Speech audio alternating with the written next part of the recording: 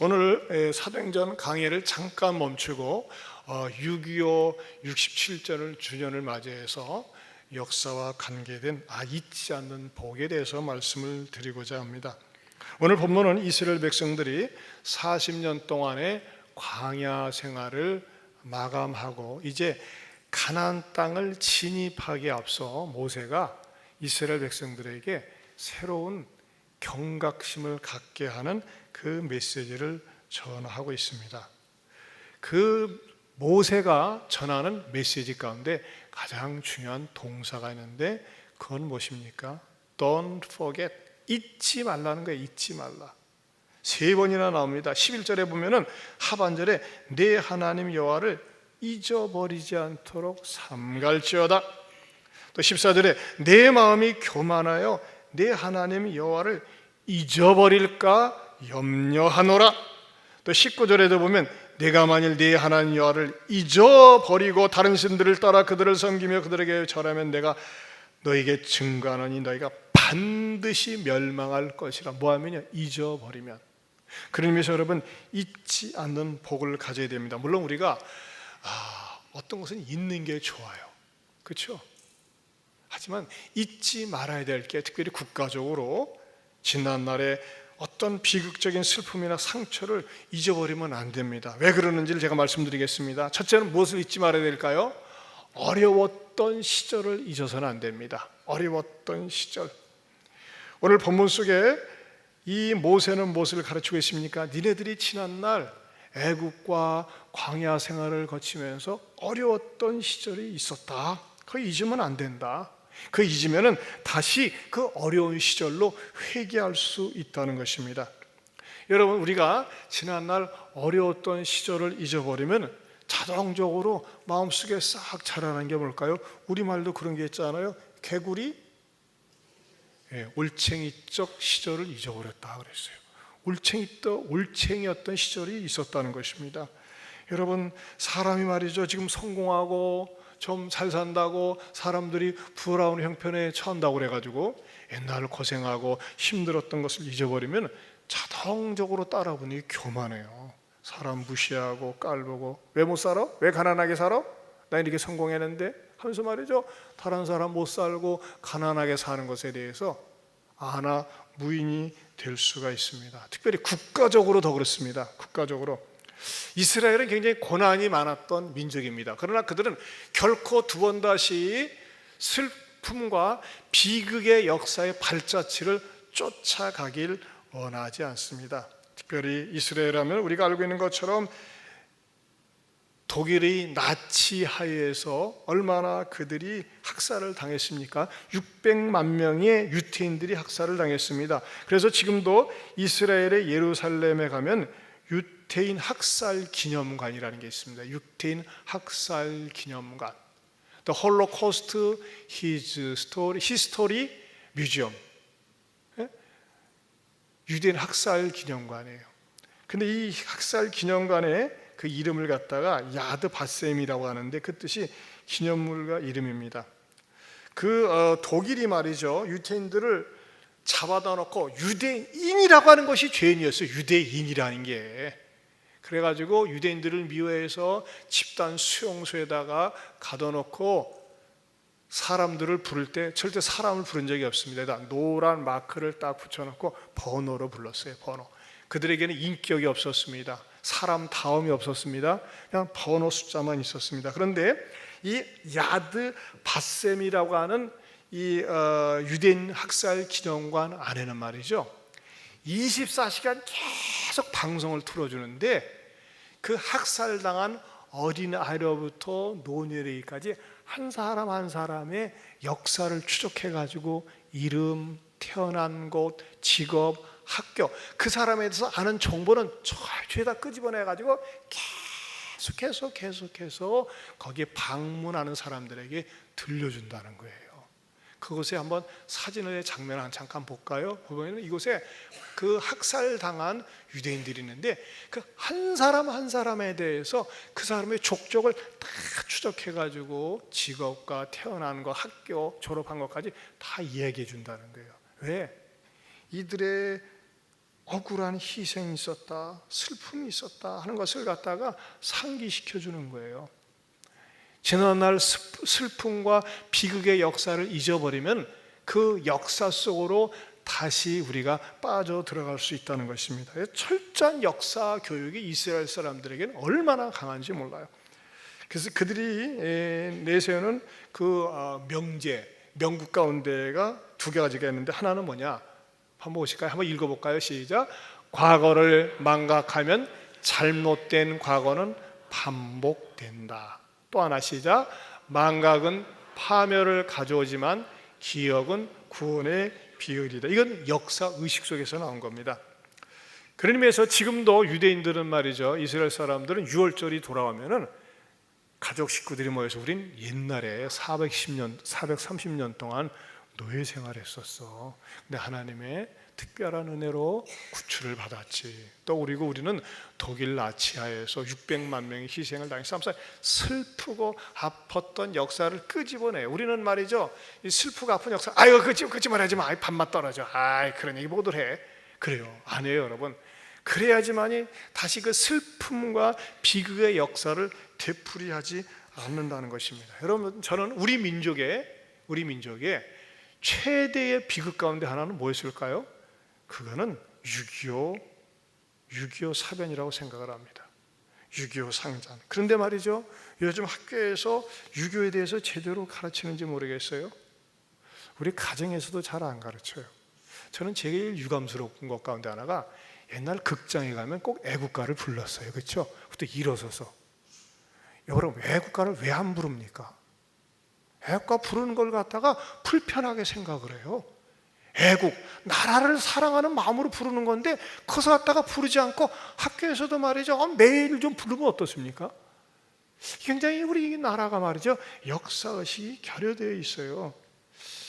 그것은 전에 몇몇 정치 지도자의 잘못된 사상에 기인하지 않는가 생각이 되는데, 그래서 제가 여러분들에게 오늘 좀 이 역사성 있는 시사 메시지를 지난주와 오늘에 걸쳐서 말씀을 좀 준비했습니다. 왜?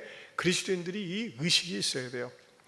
유교에 관한 설문조사를 했는데 가관입니다. 학교에서 유교에 대해서 배운 적이 없다가 34%, 유교란 무엇인가? 라고 하는 대답에 대해서 일본이 한국을 침공한 전쟁입니다. 22%, 조선시대 전쟁입니다. 38%, 심지어는 고려시대 전쟁이다. 7%, 웃기는 것은 삼국시대 전쟁이다. 6% 이렇게 나왔어요. 이야, 그리고 10대에서 20대 사이에 60%는 유교가 언제 일어났는지 알지도 못하고 종전 연월일을 아는 사람은 10%도 안 되었다고 하는 것입니다. 제가 지난주에 농구장에서 이 부사관에서 근무하는 그 중산지 상산지 그런 제가 전도를 하면서 유교가 다가오기 때문에 유교에 대해서 우리 병사들이 어떻게 생각을 합니까? 이렇게 물어봤는데 이 선뜻 자신 있게 대답을 안 해요. 요즘 젊은이들이 이 유교가 남침이다, 북침이다, 그것도 분별을 못하는 사람들이 있어요. 여러분, 유교는 남침입니까? 북침입니까? 북한이 우리를 쳐들어온 거예요. 근데 북침이라고 생각하는 사람들이 군인들 가운데도 있더라는 것입니다. 참 이것은 잘못된 역사 교육입니다. 이 북침이라는 말이 왜 나왔느냐? 그래서 미국의 학자 가운데 얼빠진 학자가 있습니다. 브루스 커밍스라고 하는 이 학자가 이 한국 전쟁이 북한의 남침에 의해서 일어났다는 것을 부인했는데, 왜 그러느냐? 6.25 전에도 남과 북이 대치 상태에서 여러 차례 교전을 벌이는 가운데서 전면전이 일어났고 우리가 먼저 쳐들어갔다 이거예요. 여러분, 우리는 쳐들어갈 만한 능력이 없었어요. 능력이. 근데 이것을 받드는 사람들이 있어요. 이 북침설을 갖다가 존중히 여기는 그런 얼빠진 사람들이 있다니까요. 근데 이것을 완전히 역사 과학적으로 깨트리는 사건이 있었습니다. 그게 뭐냐? 이 1994년에 김영삼 전 대통령에게 옐친 러시아 대통령이 한 보따리 서류 상자를 전달했는데 거기에는 김일성의 남침 계획과 6.25 전쟁 전후 문서 300여 종이 담겨져 있었습니다. 그리고 그 극비 문서 속에는 김일성이가 소련과 중국으로부터 남침 계획을 승인받고 남침 시기를 긴밀히 협의한 내용이 있었다고 하는 것입니다. 여러분, 우리 민족에게 일어난 이 유교의 잔학상에 대해서요, 저는 이것이 정치 이데올로기로 써먹으면 안 되지만 그것을 우리 민족이 알아야 돼요. 이 공산주의의 잔학상과 위험에 대해서 알아야 되는데, 제가 한번 그 대학살 팩트 잠깐 여러분들에게 동영상을 보내드리겠습니다. 우리 옛날에 이 노래 많이 불렀어요. 지금은 학교에서 안 부르는데.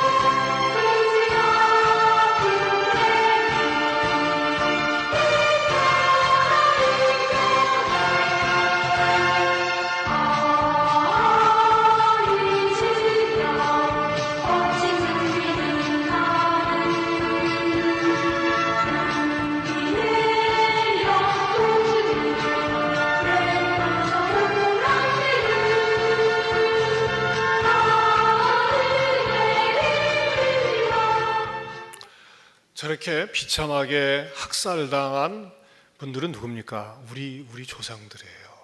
그렇죠? 여러분, 이 공산주의는요, 사람 죽이는 것을 쉽게 생각을 합니다. 왜 그럴까요? 유물론 사상 때문에 그러는 거예요. 유물론은 뭐예요? 사람의 인격이 아니에요. 물질이에요, 물질. 그러니까 김정은이가 지 고모부 장성이 되게 마음에 안 드니까 기관단총으로 쏴 죽이죠. 아무 양심의 가책이 없어요.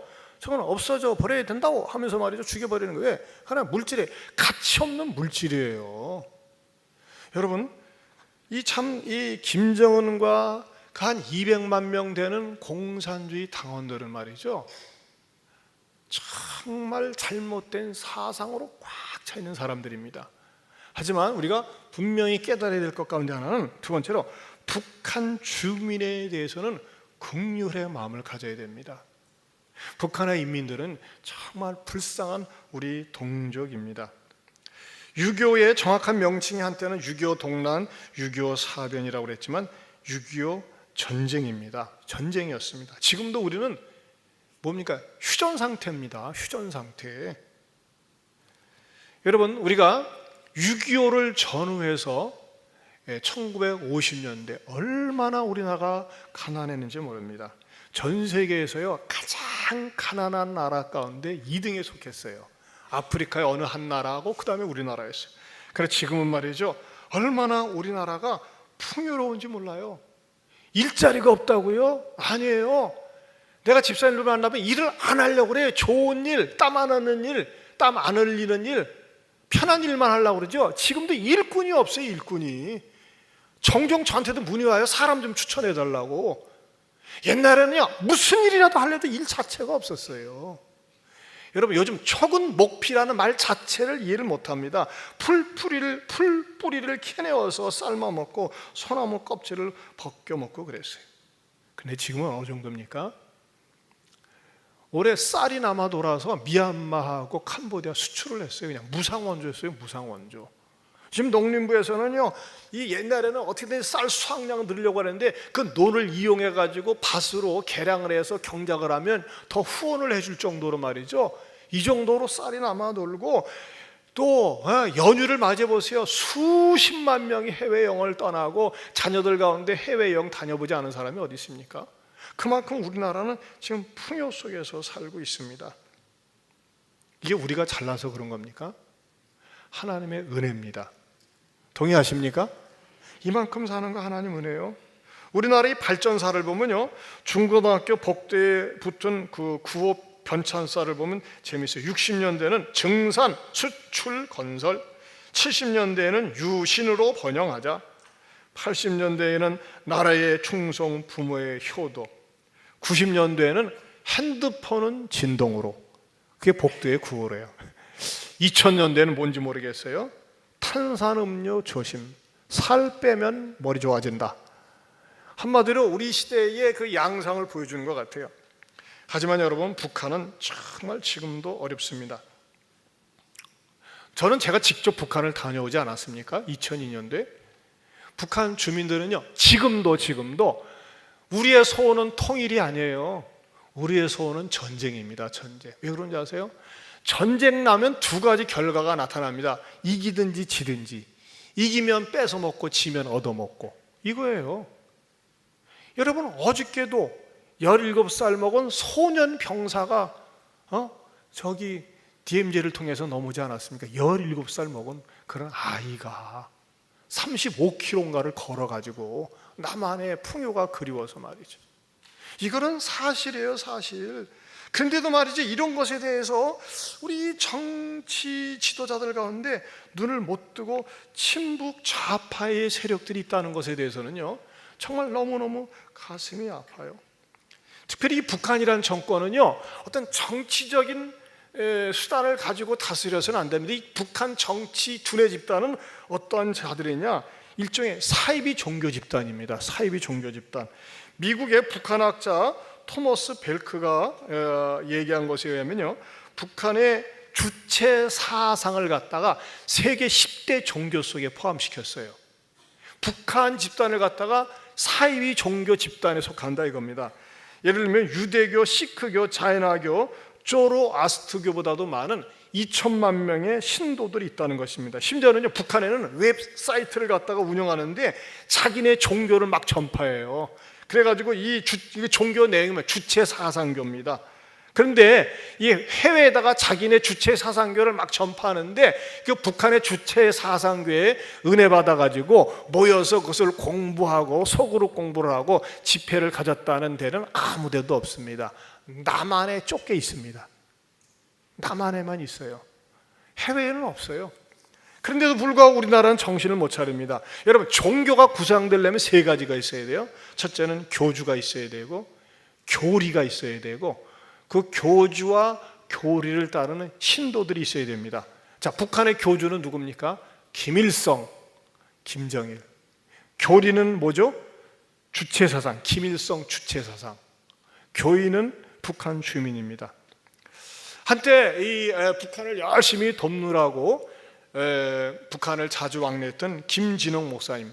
저도 북한을 갔던 이유가 그때 우리 교회에서 다자를 해가지고서 분유를 공급하다가 북한을 가는데 그 김진홍 목사님이 그 북한의 호텔에 우연히 서점에 갔는데 책 제목을 보고 깜짝 놀랐대요. 책 제목이 뭐냐? 김일성, 그이는 하나님. 그리고 그 내용을 딱 열어보니까 말이죠, 그 기도문이 사도신경을 갖다가 이렇게 말하자면 싹 바꿨는데 이렇게 만들었더라고요. 전능하사 당과 인민을 영도하시는 김일성 주석을 내가 믿사오며 그 외아들 김정일 동지를 내가 믿사오니 이는 공산당으로 잉태하사 미 제국주의자들에게 박해를 받으시고 민족 해방 전선에 헌신하다가 저리로서 남조선과 북조선 인민을 해방하러 오시리라. 아멘. 이게 완전히요, 기독교의 사도신경을 갖다가 이렇게 살짝 바꿔가지고 이렇게 했어요. 그리고 금강산 큰 바위에 가보면 저도 봤는데 뭐라고 새겨놓는지 아십니까? 김일성 어버이는 우리와 영원히 함께 계신다 그랬어요. 한마디로 임마누엘 뜻이 뭐예요? 하나님이 우리와 함께 하시다거든요. 엘이 하나님이란 뜻이에요. 근데 임마누 김이에요. 김일성이 우리와 함께 계신다. 여러분, 북한에 그 봉수교회가 있어요. 저도 봉수교회를 가봤는데 그건 선전용어로 만들어 놓은 거예요. 이렇게 선전용어로. 아, 우리는 종교를 탄압하지 않는다. 그런데 그 봉숙교에 리성숙 전도사가 있어요. 그 전도사가 외국 기자하고 인터뷰를 했는데 뭐라고 하는지 아십니까?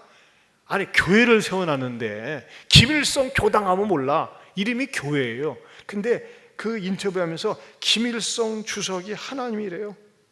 그리고 소위 전도사라는 자가 뭐라고 얘기하느냐? 예수님이, 기독교는, 예수교는 예수님의 부활을 믿지 않습니까? 라고 이렇게 물어보니까 뭔 소리입니까? 과학시대에 산 사람이 죽었다 살아났다는 걸 믿지 않는데. 우리 한번 동영상을 보겠습니다. 우리 신앙인들은 하느님 곧 김일성 주석님이다 이렇게 생각한다. 하느님을, 김일성 주석님을 하나님과 같은 분으로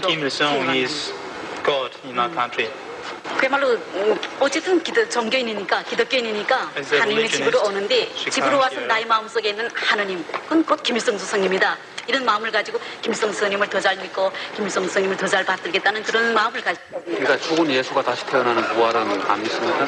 그렇습니다. 저는 예수가 죽었기 때문에 다시 태어난다, 이렇게는 그렇게는 믿지 않습니다.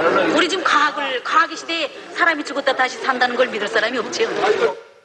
쳤다고가 무슨 천도사입니까? 예. 자, 저는 김일성이가 하나님이에요. 김일성이가 얼마나 비극적인 집단인지 모릅니다. 예, 종종 우리 이제 사람들이 희망을 갖는 것 가운데 하나가 북한에 쿠데타가 일어나가지고 군사 정변이 일어나서 북한 정권이 바뀌지 않을까 기대감을 갖는데, 여러분, 저 체제 자체로는요 절대 쿠데타가 일어나지 않습니다. 왜 그러느냐? 여러분, 지난번에 우리 세월호 사건 때 구원파가 얼마나 매를 맞고 비난을 받고 공격을 당했습니까? 그런데도 그 안성에 걔네들 위해서 10만 명이 모였어요.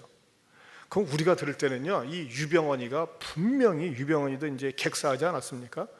그러면 자기네들은 모순 때문에라도 거기서 누가 한번 양심 선언이 나올 법한데, 누구도 그 10만 명의 신도들 가운데 양심 선언자가 안 나왔어요. 왜 그러는지 아세요? 그 집단 속에 딱 들어가 있으면 일단 쇠뇌가 되어지고 악한 영의 시험을 받았기 때문에 거기서 탈퇴해서 나오지 않는 이상 바른 소리를 할 수가 없는 거예요. 그러니까 내부적으로는 반란이 일어날 수가 없어요. 근데 더 비극적인 것은요, 비극적인 것은 얼마나 이 북한의 주민들을 세뇌시켰는지, 북한 주민들은 정말 김일성, 김정일, 김정은 그 이름에 대해서 훼손만 당해도 막 눈물이 나요, 눈물. 여러분, 몇 년 전에 그 미녀 응원단이 와가지고서 막 인천에서 막 운동할 때 프랭카드에가 그 김정일이 사진이 걸려있는데 비가 막 왔을 때 그것이 비에 쳤는다고 울고불고 난리치고 그랬잖아요. 이게 여러분 제 정신입니까? 비 맞았는데. 그리고 더 비극적인 것은 이거예요. 북한 주민 2천만 명이요, 5인 1조가 돼가지고 서로가 서로에게 철저하게 감시를 한다는 겁니다. 이번에도 태권도 무주 왔지만 서로가 서로를 감시합니다. 여러분, 사람이 감시를 받는다는 거 얼마나 기분 나쁩니까?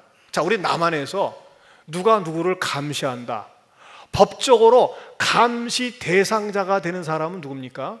범죄자입니다. 그렇죠? 그런데 이 북한은 말이죠, 모든 인민이 보호 감찰 대상이라는 것입니다. 보호 감찰 대상이에요. 그래서 말이죠, 북한 학자가 물어봤대요. 왜 당신네들은 그 당원한테 물어봤어요. 왜 인민들을 보호하려고 하지 않고 보호 감찰 대상으로 생각합니까? 그랬더니 이야, 기가 막힌 말이에요. 저 인민들은 전부 다가 잠재적 범죄 대상자입니다. 그래. 잠재적인 범죄 대상자. 무엇에 대한? 국가 반역. 잠재적 범죄 대상자. 여러분, 그러니 말이죠, 그 북한에서 산다는 그 자체가 얼마나 슬픔이고 비극입니까? 왜 제가 이 메시지를 전하느냐? 우리는 북한에 대해서, 주민들에 대해서 늘 안타까운 마음을 가지고, 긍휼의 마음을 가지고 기도해야 된다는 것입니다. 최근에 일어났던 일 가운데 오토 원비오, 이 친구, 젊은 친구, 대학생인데 말이죠, 그 자기가 묵는 호텔 벽부에서 그 정치 그 현수막을 떼다가 걸려가지고, 공항에서 걸려가지고 15년 징역형을 받지 않았습니까? 여러분이 떼는 사진을 한번 보세요. 호텔에서 이거 싹 떼다가 이렇게 싹 떼는데 그 내용이 뭐냐? 내용이 김정일 애국주의로 튼튼히 무장하자, 뭐 그걸 떼려다가 그랬대요. 우리나라 같으면 뭐 한 경범죄밖에 안 되죠. 뭐 죄가 됩니까? 그런데 저것이 말이죠. 이 체제 전복 혐의로 15년형을 선고받았어요. 근데 뭐 또 어저께 뉴스에는 또 뭐 이렇게 나오대요. 김정은의 사진이 있는 노동신문으로 구두를 쌌다가 그게 걸려들었다고. 나 그걸 딱 듣는 순간 제 가슴이 섬찟했었어요. 뭐냐면 제가 15년 전에 북한에 갔을 때 노동신문을 구겨가지고 뒷주머니에다 넣었거든요. 그랬더니 그 감시조가 따라오더니 오 선생 혼날라고 그럽니까? 빨리 신문 꺼내시라고 그러더라고요. 내가 이렇게 구겨서 뒷주머니에 넣었어요. 그 여기 있냐면 그 신문 사진에 그 김정은이가 구겨져 있었거든. 쟤네들은 진짜 그래요. 진짜 그래. 자, 그리고 이 원배우가 말이죠. 아주 교활한 그 수단으로 고문을 당해가지고 뇌손상을 입었는데, 여러분 이게 의학적으로 말이 돼요. 뭐 식중독에 걸렸는데 수면제 먹고 혼수 상태가 되었다. 그래가지고 보냈어요. 자, 그것까지도 좋아요. 그런데 미국에서 죽었는데 미국은 지금 난리가 났어요. 이 억울한 애꿎은 젊은이 죽음에 대해서 분노하고 슬퍼하고 막 많은 사람들이 조의를 평하는데, 우리나라는 말이죠 뭐예요? 그냥 뭐 대통령이 뭐 위로의 말 한마디 하고 몇 사람하고. 저는 제가 생각할 적에요, 이런 부분에 대해서 왜 인권에 대해서 우리나라가 침묵하냐 이거예요.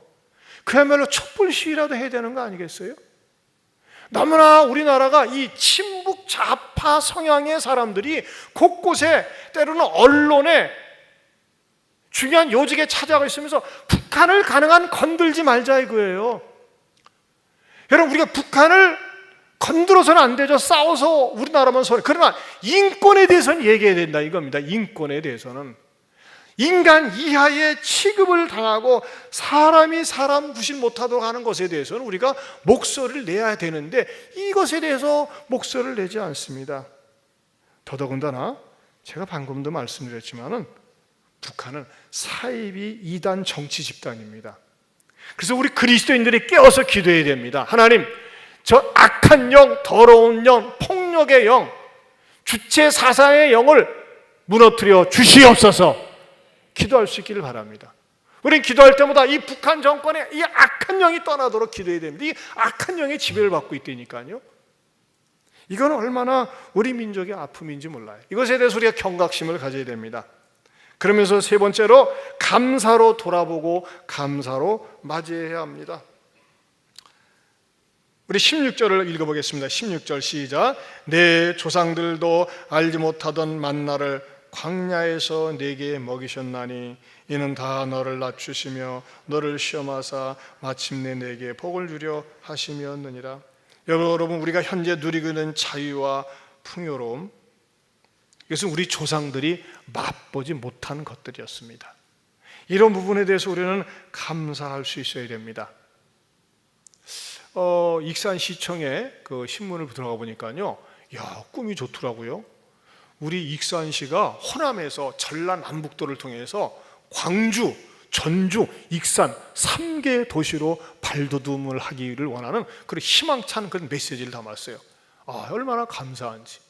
저는 반드시 우리 호남이 전주, 익산, 광주 이렇게 해서 쓰임받는 날이 올 줄로 믿습니다. 아, 익산을 여러분 축복하세요. 익산이 말이죠, 어느 정도 복받은 도시인 줄 아세요? 이거는 우리나라 행정기관에서 조사한 겁니다. 우리나라 전체 251개 시군구별로 조사한 건데, 전라북도 익산시가 460개로 교회가 제일 많습니다. 아멘입니까? 그건 축복이에요. 교회가 많은 게 얼마나 축복입니까? 제가 익산에 내려올 당시 1995년에 내려올 때는 300개였었는데 160개가 늘어났어요. 그리고 우리 정원열 시장님께서 시장이 된 다음에 말이죠, 그거 보니까요 107명의 인구가 늘어났어요. 107명. 여러분은 도대체 놀랄 줄도 모르고 감동도 모르네. 인생이 고달프십니까? 나는 너무 감사한 거예요. 감사해요. 여러분, 우리에게 좋은 조국 주신 거 감사할 수 있기를 바랍니다. 내가 사는 지역을 축복을 하세요. 얼마나 감사합니까? 우리 대통령 부부가 말이죠, 겸손한 권력을 가지고 백성들에게 다가오는 모습 얼마나 감사합니까? 얼마나 희망적입니까? 청와대를 24시간 오픈 개방한 거 얼마나 감사한지.